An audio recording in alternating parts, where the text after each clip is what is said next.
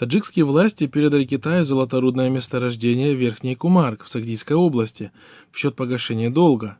Добычей золота займется китайская компания Твеа. Ранее данная компания получала другие разрешительные документы на разработку золоторудного месторождения Восточный Дуаба и угольного месторождения. Об этом сообщает EA Daily 16 апреля.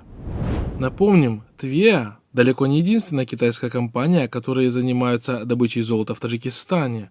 Более того, практически все добывающие золото компании являются иностранными.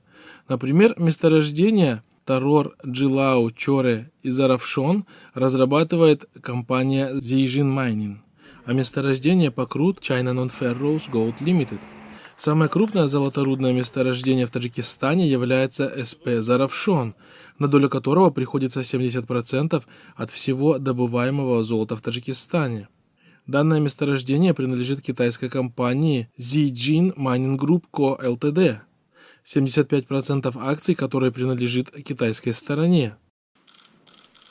Коррумпированный секуляристский режим Рахмона регулярно передает Китаю народную собственность, причем не только месторождения полезных ископаемых, но и огромные территории.